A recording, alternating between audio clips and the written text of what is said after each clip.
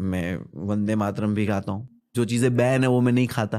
तो बैन क्यों है? क्योंकि तेरा फेथ है। ओ तेरा फेथ है तो मुझे नहीं खानी है, मुझे छुपके से भी नहीं खानी है, बिकॉज वो फेथ है। और वो फेथ है इसलिए कानून है। और देश से वफादारी आधा ईमान है। Welcome to Glam World Talks. आज का ये वीडियो जो लोग मुनावर से प्यार करते हैं उनके लिए जितना इम्पोर्टेंट है उतना ही जो लोग मुनावर से नफरत करते हैं उनके लिए है। जब मुनावर फारूकी के अगेंस्ट किसी को कुछ नहीं मिलता तो इनमें वो बस एक ही टॉपिक लेकर आते हैं और कहते हैं कि मुनावर ने रिलीजन का अपमान किया। पर क्या ये सच है? क्या मुनावर ने सच में किसी धर्म या किसी भगवान का अपमान किया है? आज की इस वीडियो में इसी बात को हम डिटेल में समझने की कोशिश करेंगे और उम्मीद है कि वीडियो को पूरा देखने के बाद आपका सारा कंफ्यूजन दूर हो जाएगा। आप सबसे ये रिक्वेस्ट है कि इस वीडियो को एक बार पूरी ओपन माइंड के साथ पूरा देखिए और उसके बाद अपना आप कोई जजमेंट बनाइए। उम्मीद है कि आपका जजमेंट किसी प्रेजुडिस या किसी पूर्वाग्रह पर नहीं बल्कि फैक्ट्स के बेसिस पर होगा। सबसे पहले आप ये एक वीडियो देखिए। तो मुझे ये बताओ, इसका नाम भोला राम क्यों रखा? क्या है कि नाना जी का नाम राम था और ये होली के दिन पैदा हुआ तो उन्होंने इसका नाम भोला राम रख दिया। अच्छा हुआ जी लोहड़ी के दिन पैदा नहीं हुआ, नहीं तो इसका नाम तो। अभी आपने अक्षय कुमार की फिल्म गुड न्यूज का 12 सेकंड का एक क्लिप देखा। एक बार आप इमेजिन कीजिए कि इस जोक को जो अक्षय कुमार ने कहा उसकी जगह अगर मुनावर ने अपने सेट में बोला होता, जहां पर वो बोलता कि एक बाप से मैंने पूछा कि आपके बेटे का नाम क्या है, तो वो बताता है होला राम। मैंने पूछा क्यों रखा, तो बाप बताता है कि इसके नाना जी का नाम राम था और ये होली के दिन पैदा हुआ तो इसलिए जो है मैंने इसका नाम होला राम रख दिया। और जो अक्षय कुमार बोलते हैं कि अच्छा हुआ कि ये लोहड़ी के दिन पैदा नहीं हुआ, तो आप सब अपने दिल पर हाथ रखकर बताइए, अगर यहीं पे अक्षय कुमार की जगह मुनावर होता और ऐसे एक छोटा सा केवल इस 12 सेकंड का क्लिप काट के आपके पास पूरा वायरल कर दिया जाता व्हाट्सएप, इंस्टाग्राम, फेसबुक सब चीज़ के थ्रू, तो आप लोगों में से ज़्यादातर लोग जो कि मुनावर से आज की दिन में नफरत कर रहे हैं वो ये बात मान लेते कि नहीं मान लेते कि मुनावर फारूकी ने है भगवान राम का अपमान किया है, होली का अपमान किया है। अब आप समझने की कोशिश कीजिए कि कैसे हमारे दिमाग में कोई भी नैरेटिव ठेला जाता है। अक्षय कुमार का सीन जिसमें भगवान राम के नाम पर कॉमेडी करने की कोशिश की गई है उसको आप सबने सिनेमा हॉल में देखा। इस फिल्म ने 100 करोड़ से ज़्यादा का बिजनेस भी किया और किसी ने ये आरोप आज तक नहीं लगाया कि इस फिल्म में सनातन धर्म का अपमान हुआ है, होली लोहड़ी जैसे पर्व का अपमान हुआ है या भगवान श्री राम का अपमान हुआ है। इस फिल्म पर कोई भी केस आज तक नहीं हुआ है। क्यों नहीं हुआ? क्योंकि आप सबको पता है कि इस 2 घंटे 12 मिनट की फिल्म में ये सिर्फ 12 सेकंड का एक सीन है और इस फिल्म का जो मोटिव है, इस फिल्म का जो इंटेंशन है वो ये नहीं है कि किसी धर्म या भगवान का अपमान करे। क्योंकि आपने पूरी फिल्म देखी और आपको ये अच्छे से पता है कि फिल्म का मेन मैसेज या थीम जो है वो कुछ और था, ना कि उसमें ये 12 सेकंड का जो जोक था वो था। लेकिन इसी फिल्म का अगर सिर्फ 12 सेकंड वाला क्लिप आपको मिले एक नैरेटिव के साथ सोशल मीडिया पर फैल जाए तो फिर आपके मन में दूसरी इमेज बन सकती है। ठीक यही हुआ है मुनावर फारूकी के उन 2 जोक्स के बारे में जिसको लेकर सारी कंट्रोवर्सी हुई है और जिसके बारे में हम डिटेल में आज बात करने वाले हैं। अब मुनावर फारूकी के जिन 2 जोक्स पर कंट्रोवर्सी हुई है उसमें से हम पहले जोक के बारे में बात करते हैं। क्या कहा था मुनावर ने उसमें? मुनावर फारूकी 19 के दशक में गानों में इस्तेमाल हुए बेतुके लिरिक्स के बारे में बात करते हैं और उसमें से एक गाने में भगवान राम जी का नाम बेफिजूल यूज हुआ उसको हाईलाइट करते हुए एक जोक बोलते हैं। वो बोलते हैं कि मेरा पिया घर आया ओ राम जी को तुम्हारे पिया से कोई मतलब नहीं। वो कहती है मेरा पिया घर आया, राम जी कहते हैं मैं 14 साल से खुद घर नहीं गया और अगर सीता जी ने सुन लिया तो वो तो शक करेंगी कि अगर तेरा पिया घर आया तो मेरे पति को क्यों बता रही है। उनको पहले से ही माधुरी पे शक है। 1 2 3 वाले गाने में भी वो 13 पर आकर रुक जाती है और बोलती है कि 13 करूं गिन गिन के, वो 14 से पहले रुक जाती है मानो बनवास के साल गिन रही है। ये जोक मुनावर फारूकी ने कहा था। अब आप जरा खुद सोचिए, क्या इस गाने में मेरा पिया घर आया के बाद ओ राम जी लगाने की कोई जरूरत थी? मुनावर ने बस इस गाने में बेवजह राम जी का नाम के इस्तेमाल पर एक जोक बनाया। ये जोक जो है वो गाने के गीतकार और दोनों गाने जो हैं 1 2 3 और मेरा पिया घर आया उसमें दिख रही माधुरी दीक्षित को रोस्ट करते हुए जोक बनाया, ना कि भगवान राम जी या सीता जी पर। और इसमें किसी देवी देवता का अपमान करने का कोई भी इंटेंशन दूर दूर तक नजर नहीं आता। क्या आपने हिंदी गानों में बेतुके लिरिक्स के बारे में बात होते हुए पहले कभी नहीं सुना है? क्या आपने कभी भी सरकाई लोग खटिया जाड़ा लगे या चोली के पीछे टाइप के गाना जो है उनका मजाक बनाते हुए आपने कभी अपनी जिंदगी में नहीं सुना? आज तक हमने कभी इतना आउटरेज जो है उन गानों के लिए तो नहीं देखा जिसमें लड़कियों को ऑब्जेक्टिफाई किया जाता है और नए नए उसका रिमिक्स बनाकर नए जनरेशन को परोसा अलग जाता है। चोली के पीछे क्या है इसका तो रिमिक्स होकर एक नई मूवी आ रही है क्रू, उसमें आ रहा है। हमारा क्रू आपका बहुत ख्याल रखेगा, लेकिन आपसे एक निवेदन है कि अपनी चोली टाइटली बांध लें ताकि दिल बाहर ना गिर जाए। इसमें लाइन कहा गया है, आप अपनी चोली टाइटली बांध ले ताकि दिल बाहर ना गिर जाए। आप सोचिए कितनी डबल मीनिंग और इस तरह की भद्दी बातें हैं। जरा सोचिए अगर कोई कॉमेडियन या कोई सेलिब्रिटी चोली के पीछे क्या है गाने पर कमेंट करते हुए हिंदुस्तान में पूजे जाने वाली देवियों का जिक्र करे और वो ये कहे कि हम लड़कियों को यहाँ पे माँ दुर्गा सीता सरस्वती के रूप में पूजते हैं और वहीं दूसरी तरफ लड़कियों को ऑब्जेक्टिफाई करने वाली ऐसी गाने बनते हैं और उसमें से सिर्फ अगर 10-20 सेकंड काट करके ऐसे फैलाया जाए जैसे कि जो आर्टिस्ट ने बोला वो गाने की बुराई नहीं कर रहा बल्कि जो देवियों का नाम उसने लिया माँ दुर्गा, माँ सरस्वती, माँ सीता जी, उनका अपमान कर रहा है, तो क्या ये सही होगा नैरेटिव? उसी तरह जब गाने के बारे में जब कोई क्रिटिसिज्म हो रही है या उस गाने के बारे में कोई जोक हो रहा है, उसके जो गीतकार हैं उसमें जो एक्टर एक्ट्रेसेस हैं उन पे कोई जोक हो रहा है, इसका मतलब ये नहीं कि उसमें वो भगवान राम जी या सीता जी का कोई मजाक बनाने की उसकी कोई भी इंटेंशन रही है। मुनावर के इस जोक के बारे में आपको ये समझना चाहिए कि इसके साथ ठीक वही हुआ है जो कि हमने स्टार्टिंग में अक्षय कुमार वाले जोक के बारे में बताया। अगर आपने मुनावर फारूकी का पूरा 2.5 घंटे का शो देखा होता तो आप भी बाकी लोगों की तरह हंस रहे होते, जो कि आपने वीडियो देखा होगा कि सामने बैठी पब्लिक जिसमें ज्यादातर हिंदू लोग थे वो हंस रहे थे। आप भी अगर पूरा 2.5 घंटे का शो देखे होते तो आप जो है उस पर हंस रहे होते, क्योंकि अगर आपने पूरा शो देखा होता तो आपको पता होता कि पूरे शो का मेन मोटिव और मैसेज किसी भी धर्म या भगवान का अपमान करना था ही नहीं या किसी भी धर्म या भगवान से कुछ जुड़ा हुआ भी नहीं था। इस पूरे शो का जो मोटिव था लोगों को मुनव्वर फारूकी अपने लाइफ के एक्सपीरियंसेस पे ह्यूमर करते हुए मैसेज देने की कोशिश करते हैं और लोगों को हंसाने की कोशिश करते हैं। पर आपके सामने जब 2.5 घंटे में से बस कुछ सेकेंड्स का क्लिप आता है और वो भी एक नैरेटिव फैलाने की मंशा से, वो भी एक पूरा आउट ऑफ कॉन्टेक्स्ट एक प्रोपेगेंडा के तहत आपके सामने जब रखा जाता है तो फिर आपको ये कंफ्यूजन हो जाता है या फिर आपको ये लगने लगता है कि शायद मुनावर ने सच में किसी भगवान का अपमान किया, जबकि ऐसा बिल्कुल भी नहीं है। कुछ और एग्जाम्पल आपको देता हूं कि आउट ऑफ कॉन्टेक्स्ट अगर चीज़ों को परोसा जाए तो उसके बेसिस पर अगर हम जजमेंट बनाने की कोशिश करते हैं तो वो कैसे हमारा जजमेंट गलत हो सकता है।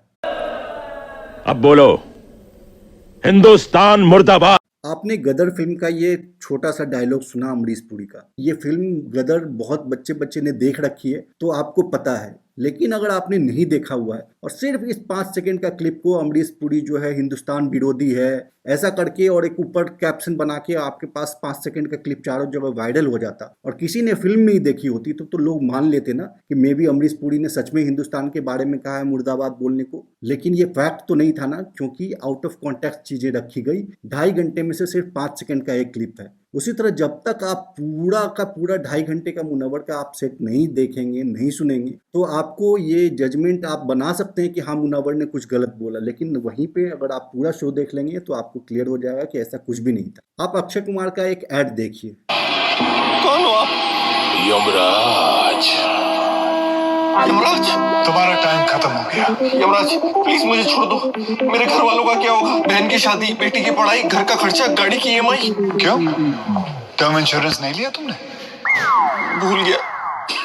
आपने देखा अक्षय कुमार कैसे यमराज बनकर पॉलिसी बाजार का पॉलिसी बेच रहे हैं? क्या ये हिंदू धर्म का अपमान नहीं है? लेकिन इसको क्रिएटिव लिबर्टी के नाम पर लोग आराम से देख लिए और ऐड को एंजॉय भी कर लिए। आज तक कोई भी आउटरेज या कोई भी FIR इस ऐड के अगेंस्ट में या फिर अक्षय कुमार के अगेंस्ट में नहीं हुआ। क्यों? क्योंकि प्रोपेगेंडा जो लोग फैलाते हैं उनके नैरेटिव को ये सूट नहीं करता। बात जब यमराज की हो रही है तो आपको कुछ और क्लासिक मूवी के सीन्स दिखाते हैं। पहला आप ये देखिए।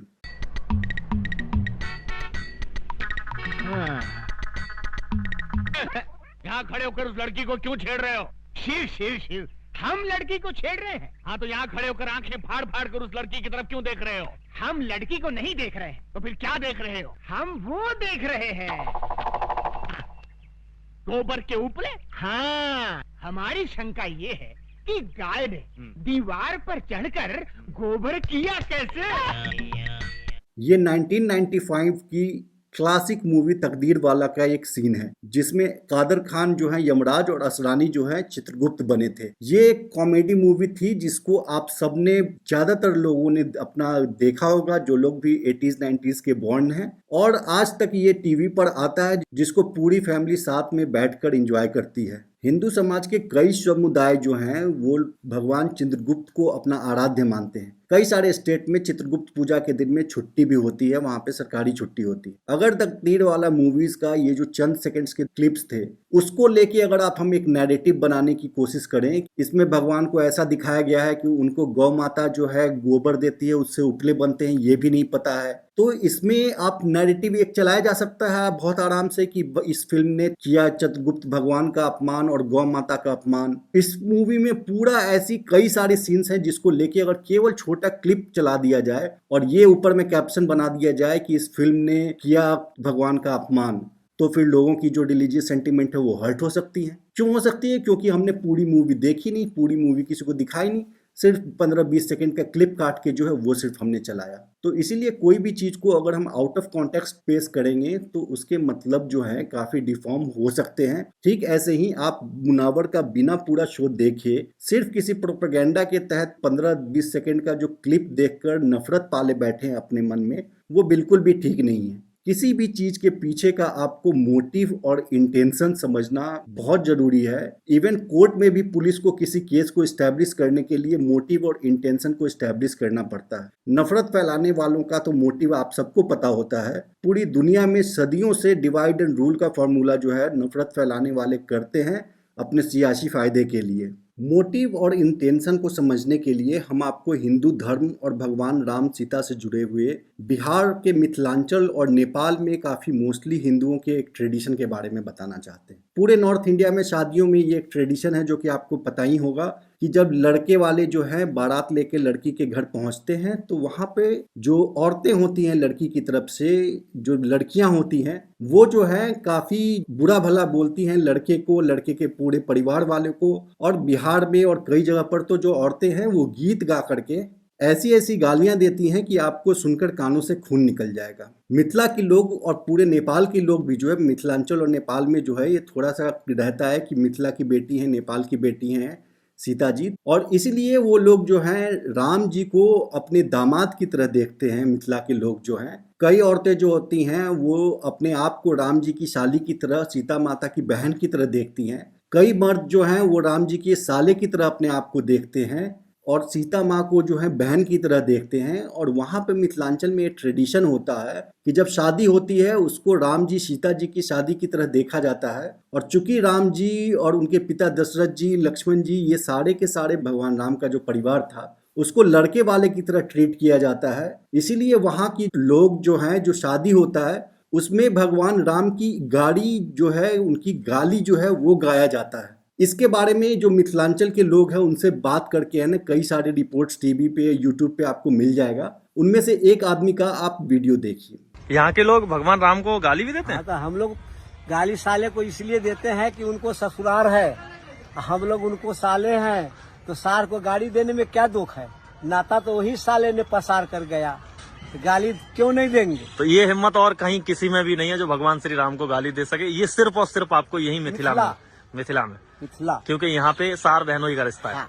इसलिए उनका ससुराल है इसलिए गाली देते हैं। हम लोग उनको सार के रिश्ता हो तो इसलिए साले को गाली बोलने का मौका हम लोग का मिल रहा है। उनको ये ससुराल में है और मेरी बहन उनको घर में। अब आप थोड़ा सा दिल और दिमाग से सोचिए, अगर आउट ऑफ कॉन्टेक्स्ट मिथिला के लोगों का सिर्फ गाली सुनाया जाए और उसके पीछे की कहानी और उनका इंटेंशन ना बताया जाए, जो कि बहुत प्योर, मिथिलांचल के लोग भगवान राम से बहुत ज़्यादा इमोशनली कनेक्टेड हैं, वहाँ के लोग सीता माता से बहुत ज़्यादा इमोशनली कनेक्टेड है। अगर आपको उनके पीछे का प्यार और मनसा नहीं बताया जाए और सिर्फ आउट ऑफ कॉन्टेक्स्ट केवल गाली कट करके दिखाया जाए, तो आप तो पूरे के पूरे मिथिलांचल को हिंदू विरोधी और भगवान राम के अपमान करने वाला डिक्लेयर कर सकते हैं। लेकिन ऐसा बिल्कुल भी नहीं है। मिथिलांचल और नेपाल के लोग भगवान सीता और राम को बहुत प्यार करते हैं उससे बहुत ज़्यादा उनसे है ना बहुत ज़्यादा इमोशनली कनेक्टेड होते हैं। मैं खुद बिहार से आता हूँ, मैं जानता हूँ कि कितना ज़्यादा महत्व है इन एरियाज़ में भगवान राम जी का और सीता जी का। अपने परिवार का हिस्सा मानते हैं मिथिलांचल और नेपाल के लोग जो हैं राम जी और सीता जी को। अभी हाल ही में जो अयोध्या में 22 जनवरी को जो भगवान राम जी का प्राण प्रतिष्ठा हुआ, उसमें भी मिथिलांचल की जो है एक औरतों का एक टोली पहुंचा था और वो लोग वहां अयोध्या में भगवान राम जी के पास जाकर जो है वो उन्होंने राम जी की गाली गाई और उसमें से आप 2 लाइन उनका सुनिए। गाड़ी आप लोग को सुना कर जाएंगे। राजा दशरथ जी के पकल पकल दारी, राजा दशरथ जी कलन होशियारी, एक मरद पारा 3 गो नारी, बता बाबू। इस गाने में महिलाएं राम जी के पिता दशरथ जी के बारे में बोल रही हैं कि एक मर्द पर 3 नारी। ये सुनने में अपने आप में कितना डिसरेस्पेक्टफुल लगता है, पर जब आप इन महिलाओं के अंदर का भाव और इंटेंशन को समझेंगे तो आपको इन लोगों में राम जी के प्रति प्यार और अपनापन का भाव दिखाई देगा। जरा सोच कर देखिए, जिस तरह से मिथिला के ये लोग प्यार से गाली देते हैं, उन्हीं के बीच में कहीं कोई एक यूट्यूबर जो है वो खड़ा हो और इनके साथ ही वो भी ये गाना जो है जो महिलाएं गाती हैं या फिर वहाँ के मर्द भी गाते हैं वो गाना गाए और उसमें लोकल लेवल पर तो और भी काफ़ी जो है क्रूड लैंग्वेज में गाया जाता है, वो ये गाना गाए और उसमें से सिर्फ उस यूट्यूबर का एक क्लिप काट लिया जाए 10 सेकंड का और उसका कॉन्टेक्स्ट पूरा हटा दिया जाए कि कितने अपनापन और प्यार के भाव से और एक ट्रेडिशन एक कल्चर के तहत में ये गाना गाया गया था, तो आप लोग तो उस यूट्यूबर को तुरंत ही उसके सिर पे जो है गला काटने का इनाम रख देंगे।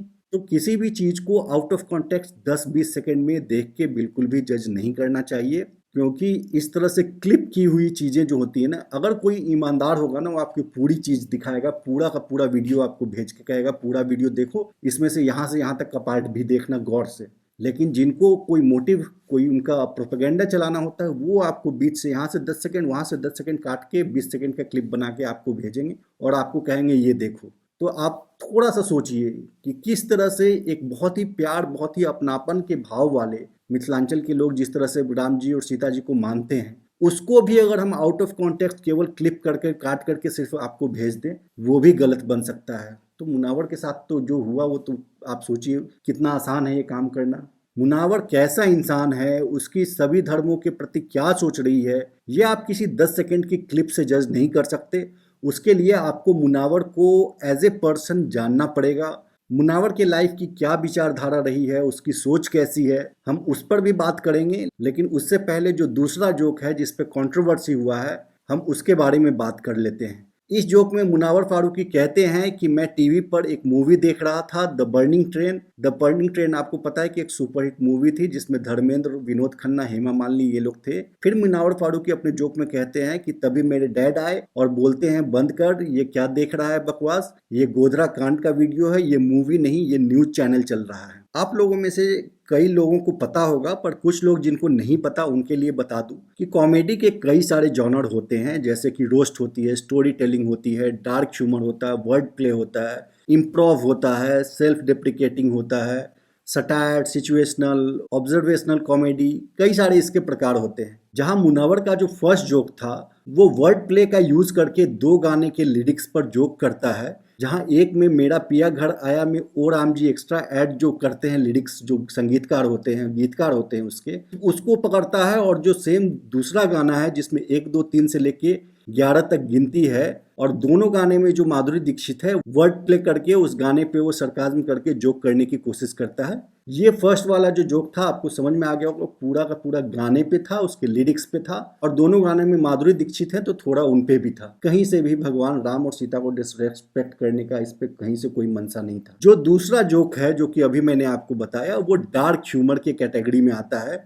डार्क ह्यूमर में आपके आसपास हो रहे सैड और unfortunate real life tragic events जो होते हैं उनका यूज करके ह्यूमर इन्वोक करने की कोशिश की जाती है, या फिर जो डार्क रियल लाइफ ट्रेजेडी जो होती हैं उन घटनाओं का इस्तेमाल करके जोक करते हुए सटायर करने की कोशिश किया जाता है, जहां पे प्रेजेंट स्टेट ऑफ अफेयर्स को किसी भी चीज के प्रेजेंट के हालात पे कुछ कमेंट करने की कोशिश होती है। डार्क ह्यूमर जो है दुनिया भर में बहुत पॉपुलर है। ये जो दूसरा जोक है मुनावर का, उसमें मुनावर ने ऐसे ही एक रियल लाइफ ट्रेजेडी को यूज करके उस समय के न्यूज चैनल पर सैटारिकल जोक करते हैं। जी हाँ दोस्तों, वो पूरा का पूरा जोक था किसी घटना नहीं बल्कि न्यूज चैनल्स किसी घटना को जिस तरह से प्रेजेंट करते हैं उस पे वो पूरा का पूरा जोक था, ना कि किसी घटना पे। अब इस बात को हम थोड़ा अच्छे से समझने की कोशिश करते हैं। गोधरा में एक काफी ट्रेजिक इंसिडेंट होता है जिसमें ट्रेन में कुछ साधुओं की जलाकर निर्मम हत्या कर दी जाती है। इसकी वजह से कुछ लोगों ने ये नैरेटिव सेट कर दिया कि मुनावर ने उन साधुओं का अपमान किया, जबकि ये बात बिल्कुल भी सही नहीं है।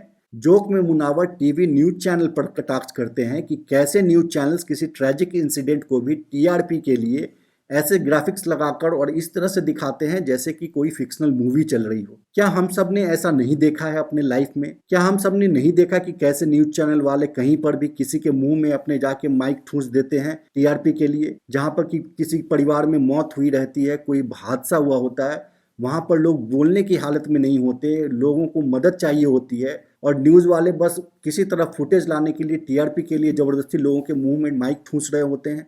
आप लोग सच सच बताइए, क्या आप लोगों ने ऐसा नहीं देखा है मीडिया का हाल? अगर मीडिया के ऐसे ब्रॉडकास्ट का मजाक बनाया जाए तो क्या इसका मतलब ये होगा कि जो ट्रेजेडी हुई है, अगर मान लीजिए कि किसी परिवार में किसी की मौत हुई और वहां पर मीडिया वाला हर एक घर में जाके कि ये यहाँ सोता था, ये यहाँ रहता था, ये देखिए ये इसका बिस्तर है, और परिवार वालों को जाके एक जबरदस्ती का एक रिपोर्ट तैयार करके सिर्फ और सिर्फ टीआरपी के लिए जब ये करता है, तो क्या अगर इस बात का कोई मजाक उड़ाता है कि मीडिया वाले अपना एथिक्स भूल के और कुछ भी टीआरपी के लिए करते हैं, इसका मतलब ये हो गया कि उस घर में जिसकी मौत हुई है उसका मजाक उड़ाया जा रहा है?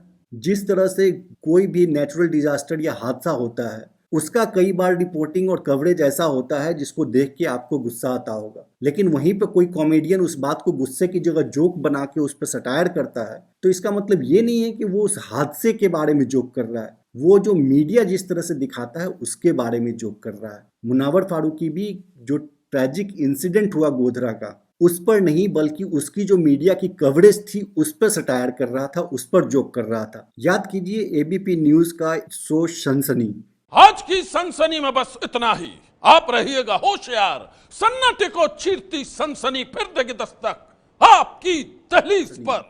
इसके एंकर के ऊपर आपने कितने सारे जोक्स बने देखे होंगे। इनके शो में मर्डर, रेप जैसे संगीन जो क्राइम्स होते हैं उस पे स्टोरीज होती थी। अब अगर क्या इस रिपोर्टिंग पे और जो स्टाइल ऑफ प्रेजेंटेशन था इस पे कोई अगर जोक बनाता है, इसका मतलब हम ये कह सकते हैं कि कोई आदमी मर्डर और रेप का मजाक बना रहा है? ये तो कोई लॉजिक नहीं हुआ ना। वैसे ही मुनावर का न्यूज चैनल के कवरेज का एक मूवी से कंपेयर करना कहीं से भी उस ट्रेजेडी का मजाक उड़ाना नहीं है, बल्कि उस न्यूज चैनल का मजाक उड़ाना है जो कि एक ट्रेजेडी को भी मिर्च मसाला लगा के आपके सामने प्रेजेंट करते हैं। हालांकि पूरी दुनिया में ऐसे भी कॉमेडियन हैं जो कि प्रॉपर डार्क कॉमेडी करते हैं और ट्रेजिक इंसिडेंट्स पे ह्यूमर ढूंढने की कोशिश करते हैं। मुनव्वर के ही एक साथी है समय रैना, जो कि इंडिया में डार्क ह्यूमर के लिए काफी ज्यादा फेमस है। आइए हम उनका एक जोक देखते हैं। गरीब बच्चा है मेरे पास, ठीक है, तो मैंने उसको ऐसे ही ना आउट ऑफ ऐसे 2000 रुपए का नोट दे दिया कि हाँ जब मजे कर जाके, ठीक है। ऐसे का एक दिन आता है कभी साल में, मैंने 2000 रुपए का नोट दे दिया। जैसे मैंने उसको 2000 रुपए का नोट दिया ना, उसके 10-15 दोस्त बच्चे आए, भागे, उसको हाथ पकड़ा, उसको खींच रहे, उससे पैसे धक्का मार रहे, वहां लड़ाई हो गई। वहां पे एक बच्चा प्लेटफॉर्म से नीचे गिर गया पटरियों पे, एक ट्रेन आके उसको कुचल के चली गई।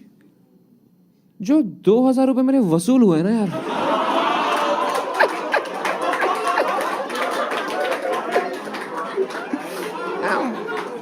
मजा ही आ गया भाई देख के। अब इस जोक में सामने बैठे सारे लोग हंस रहे हैं, पर अगर आपको ऑफेंड होना हो तो आप कह सकते हैं कि इसमें गरीबी का मजाक बनाया जा रहा है। और किसी बच्चे के ट्रेन से कट जाने के ऊपर भी ये कह रहा है कॉमेडियन की मजा आ गया। पर जिन लोगों को डार्क ह्यूमर पसंद होता है उन्हें ऐसे जोक्स फनी लगते हैं, क्योंकि at the end of the day सबको पता है कि ये जोक है। अगर सच में समय रैना के सामने भी अगर कोई पटरी पे कोई बच्चा गिर जाएगा तो वो भी बचाएगा ही, ना कि उसको कहेगा कि मजा आ रहा है उसको कटने दो। तो जोक और रियलिटी में फ़र्क जो है, इतना तो एटलीस्ट फ़र्क करना हमें आना चाहिए कि क्या जोक है जिसको कि कोई कॉमेडियन लिख के और स्क्रिप्ट बना के और वो आपको प्रेजेंट कर रहा है, और रियल लाइफ में कोई इंसान कैसा है, ये दोनों बिल्कुल अलग हो सकते हैं। अभी हाल ही में पूरी दुनिया में एक भयानक ट्रेजेडी हुई जो कि कोविड के रूप में हमारे सामने आई। कोविड में इंडिया में लाखों लोगों की मौत हुई और उनमें से लाखों लोग जो थे वो हिंदू भी थे। पर अगर आप कोविड के टाइम की या उसके जस्ट बाद की जितने भी कॉमेडियंस हैं, आप चाहे जिसको भी पसंद करते हैं, उन सब की अगर आप स्टैंड अप को देखेंगे तो सब ने कहीं ना कहीं कोविड पे मजाक बनाया, कोविड पे जोक कहे हैं। तो क्या अब हम ये कह सकते हैं कि वो सारे के सारे कॉमेडियंस जो हैं वो हिंदू विरोधी हैं क्योंकि वो कोविड पर मजाक बना रहे हैं जिसमें लाखों हिंदुओं की जान गई? क्या ये कहना ठीक होगा? न्यूज़ चैनल्स का आपको वो दौर भी याद होगा जब कई तरह की जो है भ्रामक जो है न्यूज़ चलाते थे, काफ़ी ग्राफिक्स और वो लगा के, जैसे कि मिल गई स्वर्ग की सीढ़ियाँ, बर्फ़ की सीढ़ियाँ हैं जो कि बहुत ऊंचाई तक स्वर्ग की तक जाती हैं। ऐसी ऐसी खबरें भी न्यूज़ चैनल पर ग्राफिक्स वगैरह के साथ दिखाया गया। स्वर्ग की सीढ़ी, क्या हिमालय की ऊंचाइयों में कोई ऐसी जगह है जहां बर्फ से बनी कुछ और सीढ़ियां बनी हैं और वो सीढ़ियां आपको असीमित ऊंचाई तक ले जा सकती है? उस वक्त भी काफी सारे यंग लोग जो हैं उस चैनल का मजाक उड़ाते थे कि कुछ भी ये लोग दिखाते हैं। तो क्या हम ये कह देंगे कि ये मजाक न्यूज़ चैनल नहीं बल्कि हिंदू धर्म का है क्योंकि इसमें हिंदू धर्म की मान्यता वाले स्वर्ग की बात हो रही है? नहीं ना। न्यूज़ चैनल पर जोक करना, उसके अंदर जो दिखाया जा रहा है उस पर मजाक करना नहीं है। अगर ऐसा होता तो मुनावर अपने जोक में ये नहीं बोलता कि उसके बाद मेरे डैड आए, उन्होंने कहा कि क्या बकवास देख रहा है। यानी कि उसके पापा जो हैं समझते हैं कि ये एक ट्रॉमेटिक घटना थी जो कि 2002 की थी। उस समय मुनावर 17-18 साल का रहा होगा। तब उसके पापा मना करते हैं उसको ये ट्रॉमेटिक घटना देखने से। अगर मुनावर को इस दुखद घटना पर जोक करना होता तो वो समय रैना वाली रिएक्शन देता जैसा कि समय रैना ने अपने डार्क जोक में दिया। पर मुनावर का जोक का जो पंचलाइन था लास्ट में ये आता है कि ये मूवी नहीं न्यूज़ चैनल चल रहा है। न्यूज़ चैनल चल रहा है।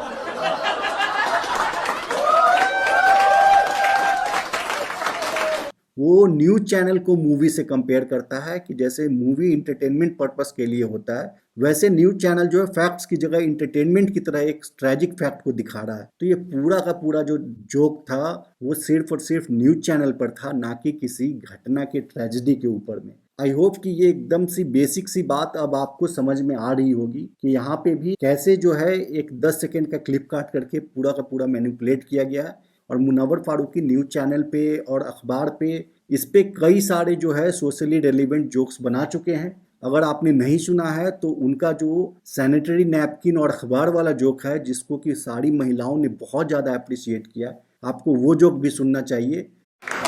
Have you guys noticed in India, the most of medical store give sanitary pad wrapped in a newspaper? Yeah, that makes sense because that's what newspaper do in India, hiding reality.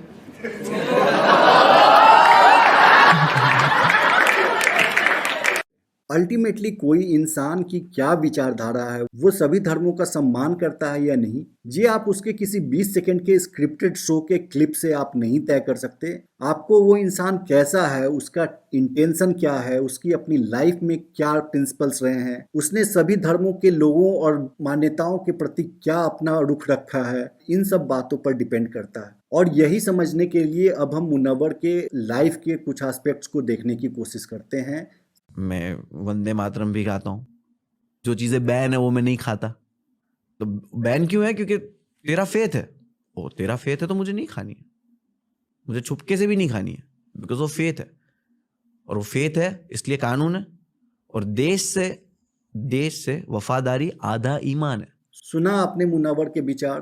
कहीं से आपको 1% भी ऐसा लग सकता है कि ऐसा आदमी किसी धर्म का अपमान कर सकता है? कुछ और चीज़ें मुनव्वर के लाइफ की दिखाते हैं जिसमें से काफ़ी सारी चीज़ ये जो कंट्रोवर्सी हुई जोक वाली उससे काफ़ी पहले की भी है। आपको ये स्क्रीनशॉट दिख रहा होगा। इंस्टाग्राम पे भागवत गीता नाम का एक प्रोफाइल था जिसने कि एक पोस्ट किया और उसमें लिखा कि सभी भाई बहन बोले जय श्री राम।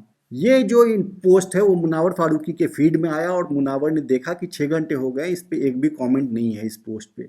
तो मुनव्वर फारूकी ने उस पर पहला कमेंट किया और लिखा कि 6 आवर्स हो गए, कमेंट तो किसी ने नहीं बोला, चलो मैं ही बोल देता हूँ जय श्री राम, और हार्ट का सिंबल बनाता है। ये जानने के बाद भी आपको लग सकता है कि मुनव्वर हिंदू विरोधी हो सकता है? उसके बाद का आप ये स्क्रीनशॉट देखिए। जिस समय उदयपुर में काफ़ी एक बहुत ही विभत्स घटना होती है जहाँ कन्हैया लाल की एकदम निर्मम हत्या होती है, वहां पे कई सारे हिंदुओं से पहले मुनावर फारूकी ट्विटर पर आके अपना स्टैंड लेता है और वहां पर लिखता है कि एक बेगुनाह का कत्ल पूरी इंसानियत का कत्ल है, disgusting justice for Kanhaiya Lal. तो मुनावर फारूकी कहाँ से हिंदू विरोधी हुआ, कहाँ से वो उसको आप रेडिकल धर्म वाला मानते हैं। उसके बाद ये आप एक और स्क्रीनशॉट देखिए, ये MTV हसल 2.1 जीतने वाले MC स्क्वायर हैं। MC स्क्वायर ने जब अपना इंस्टाग्राम पर लाइव किया तो मुनावर फारूकी उनको ग्रीट करते हुए लिखते हैं, राम राम मेरा भाई, सो हैप्पी फॉर यू। तो मुनावर फारूकी को लोगों को राम राम ग्रीट करने में भी दिक्कत नहीं होती, जय श्री राम बोलने में भी दिक्कत नहीं होती। उसने आपको बताया कि वो वंदे मातरम भी गाता है। तो आप ऐसे इंसान पे हिंदू विरोधी या किसी भी धर्म का विरोधी होने का आरोप लगा कैसे सकते हैं। जहां कुछ यूट्यूबर्स पूजा करने को भी पार्टी बोल रहे थे, वहीं मुनावर को कभी भी किसी पूजा के लिए इनविटेशन आता है तो वो पूरे रिस्पेक्टफुली वहां जाते हैं और ऐसी आपको कई सारी पुरानी तस्वीरें मिल जाएगी। मुंबई में एक ट्रेडिशन होता है कि जब भी कोई गाने, फिल्म या कोई भी शूटिंग स्टार्ट होता है उससे पहले भगवान गणेश की पूजा की जाती है। आपको ये वीडियो दिख जाएगा जिसमें मुनावर फारूकी गणेश भगवान की पूजा कर रहे हैं।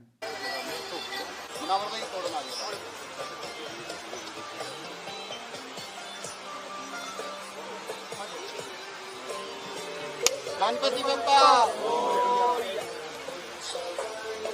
इन दो जोक्स से कंट्रोवर्सी से पहले भी मुनावर फारूकी गाने बना चुका है जिसमें उन्होंने लिखा है, कलाकार की मनसा है मंच एक, धरती पर कला जैसे ब्रह्मदेव। एक और गाने में उन्होंने लिखा है कि मैं डिवाइन, जय श्री कृष्णा एवरी टाइम, हम खुदा के कारीगर, हम एक हैं भाई, नफरत तू कर मत, हम एकता में मानते। कलाकार की मंशा है मंच एक, धरती पे कला जैसे ब्रह्मदेव। ये धर्म के नाम पे क्यों तुझे बांटे है, गले राम के नाम कोई कार्टून पे काटे है। व्यूज नहीं गाँव की हकीकत देख, मैं मोदक उनके घर वो खीर यहाँ खाते हैं। मैं डिवाइन, जय श्री कृष्णा एवरी टाइम, है खुदा के कारीगर, हम एक हैं भाई, नफरत तू कर मत, हम एकता में। जरा सोचिए, जिसकी सोच ऐसी रही हो, जो अपने गानों में हिंदू देवी देवताओं का जिक्र करता है और वो भी अच्छी बातें फैलाने के लिए, उसका इंटेंशन कभी उनका अपमान करने का कैसे हो सकता है। मुनावर को आप मंदिर, मस्जिद, गुरुद्वारे हर जगह जाते हुए देखेंगे। उसकी सारी तस्वीरें आपको मिल जाएगी जहां पे वो सभी धर्मों को सम्मान करता हुआ दिख जाएगा। मुनावर को आप हर दिवाली पर दिए जलाते भी देखेंगे और वो खुद बिरला मंदिर में जाकर वहां परफॉर्म भी कर चुका है। दोस्तों, ये GD बिरला मंदिर, यहाँ पे मैंने लास्ट टाइम परफॉर्म किया था, लेकिन यहाँ नहीं दिखा रहा, यहाँ पे आपका वही दिखा रहा है। GD बिरला मंदिर के नीचे ऑडिटोरियम है मंदिर का ही, और वहीं पे मैंने लास्ट टाइम परफॉर्म किया था। So beautiful, so beautiful. सोचिए, अगर वो हिंदू धर्म से कोई उसको प्रॉब्लम होती या हिंदू धर्म का वो विरोधी होता तो क्या वो मंदिर के अंदर जाता परफॉर्म करने, लेकिन वो बिरला मंदिर के अंदर भी परफॉर्म कर चुका है। लॉकअप मुनावर ने वन साइडेड जीता। आपने लॉकअप में देखा था या नहीं देखा था, लेकिन हम आपको फिर से दिखा देते हैं। लॉकअप में अंजलि अरोड़ा नाम की एक लड़की थी, वो पायल नाम की लड़की जो कि एक और हिंदू लड़की है, उसके भगवान की विभूति जो है वो गुस्से में, झगड़े में वो उसको उठाती है फेंकने के लिए। तब मुनावर फारूकी इंस्टिंक्टली उसको रोकता है और वहां पे और कहता है, नहीं अंजलि, ये भगवान का चीज है, भगवान का चीज मत फेंक। भगवान की चीजें छोड़ दो, I know, भगवान की चीजें छोड़ दो, I know, फेंक के दिखाओ, I know, फेंक के दिखाओ, मुझे पता है, मुझे पता है। इवन जब लॉकअप जीता था तो राइट विंग की लीडर जो है स्मृति ईरानी, उन्होंने भी मुनावर का ट्रॉफी वाला जो फोटो है उसको लाइक किया था इंस्टाग्राम पे। अभी हाल ही में बिग बॉस खत्म हुआ। बिग बॉस के अंदर में जो हमारा सनातन हिंदू धर्म का जो कैलेंडर होता है उसके हिसाब से 12 महीने कौन कौन होते हैं। घर के अंदर जो दिन रात जय माता दी, जय श्री राम बोलने वाला अभिषेक कुमार था, जो विकी जैन थे, गीता लोखंडे थी, मनारा चोपड़ा, जितने भी घर के अंदर सारे हिंदू थे, किसी को भी याद नहीं था, कोई भी 3 से ज्यादा नहीं बता पाया। लेकिन मुनावर फारूकी ने पूरे के पूरे 12 महीने हिंदू के उस समय वहां पे उसने बताया, सिर्फ और सिर्फ मुनावर फारूकी जो कि एक मुसलमान है। महीनों के नाम, मंथ के नाम हिंदी, कारतक, माक्षर, कारतक, माक्षर, पोष, महा, फागण, चैत्र, वैशाख, जेठ, आषाढ़, श्रावण, भादरवो और आसो। पतझड़ नहीं होता, पतझड़ कोई सीजन नहीं होता, जड़ता पान खाओ। तो क्यों हम धर्म में ऐसे फालतू का नफरत पैदा करने की कोशिश करते हैं। इन सारी चीज़ों को देखने के बाद ये बिल्कुल साफ हो जाता है कि मुनव्वर ऐसा इंसान नहीं है जो कि किसी भी धर्म का अपमान करे। जैसा कि हमने आपको पहले भी बताया कि इंटेंशन सबसे ज़्यादा मैटर होता है। इवन कोर्ट ऑफ लॉ में आपको किसी क्राइम के पीछे मोटिव और इंटेंशन इस्टेब्लिश करना पड़ता है, पुलिस को भी। और सुप्रीम कोर्ट ने भी इस बात का संज्ञान लेते हुए जब मुनव्वर फारूकी को बेल दिया था तब उन्होंने कहा था कि जो एफआईआर है वो काफ़ी वेग है। आप स्क्रीनशॉट देख सकते हैं। उसके बाद जो अभी फाइनल हियरिंग जो चल रही है सुप्रीम कोर्ट में, जो एक और हियरिंग हुई सारे केसेस को क्लब करने के लिए, उस पर भी सुप्रीम कोर्ट ने मुनव्वर के वकील की बात मानते हुए सारे कोर्ट को एक ही जगह, जहां पहला केस हुआ था इंदौर में, वहां पे क्लब कर दिया इस केस को। और वहां पे भी जब सुनवाई हो रही थी तो जजेस भी जो हैं काफी लाइट मूड पे जोक करते हुए मजाक में ये बोलते हैं कि मुनव्वर को कभी कभी ये सुप्रीम कोर्ट बार एसोसिएशन में भी वहाँ पे भी आके परफॉर्म करना चाहिए। तो आप सोचिए ये जो है पूरा का पूरा मामला जो है वो अभी हालांकि कोर्ट में है, इसका फैसला तो जब आएगा तब आएगा। लेकिन अगर आपने ये वीडियो पूरा देखा है तो आप समझ गए होंगे कि मुनव्वर ने कभी किसी भी धर्म का अपमान नहीं किया। पर अगर आप अब भी नहीं मानते और मुनव्वर के किसी बात से आप हर्ट हैं तो वो कई बार इस बात के लिए माफी भी मांग चुका है। अब आप क्या चाहते हैं उससे, आप ये बताइए। कहते हैं ना कि सोए हुए इंसान को आप जगा सकते हैं, लेकिन जो सोने का नाटक कर रहा है उसे नहीं जगाया जा सकता। मैं खुद एक सनातनी हूँ और अंत में बस ये कहना चाहता हूँ कि जो लोग भी ये कहते हैं ना कि सनातन खतरे में है, वो लोग बहुत ही नादान लोग हैं। उन्हें सनातन का अर्थ भी नहीं पता है कि सनातन का एक्चुअल मतलब क्या होता है। सनातन का अर्थ ही होता है शाश्वत या फिर सदा बना रहने वाला, यानी कि जिसका न आदि है न अंत है।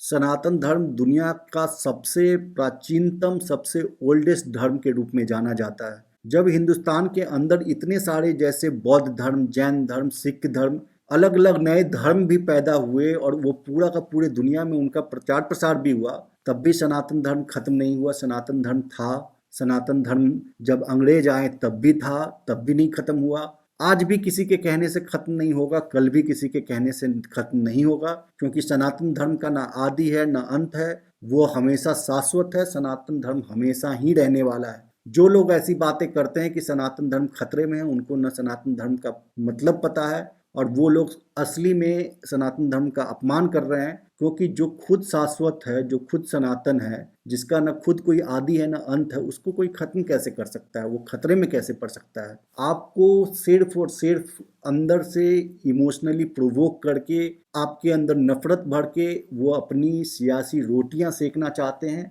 उसके अलावा उनका और कोई भी मकसद नहीं होता है। हम और कई सारी चीज़ों के बारे में बात कर सकते थे, लेकिन आज का ये वीडियो ऑलरेडी बहुत लंबा हो चुका है, तो आज की वीडियो को बस यहीं ख़त्म करते हैं। अगर आपको हमारा कंटेंट अच्छा लगता है, अगर आपको हमारा एफर्ट अच्छा लगता है, तो प्लीज़ आप हमारे चैनल को सब्सक्राइब कीजिए। मिलते हैं फिर अगले वीडियो में, तब तक के लिए थैंक यू।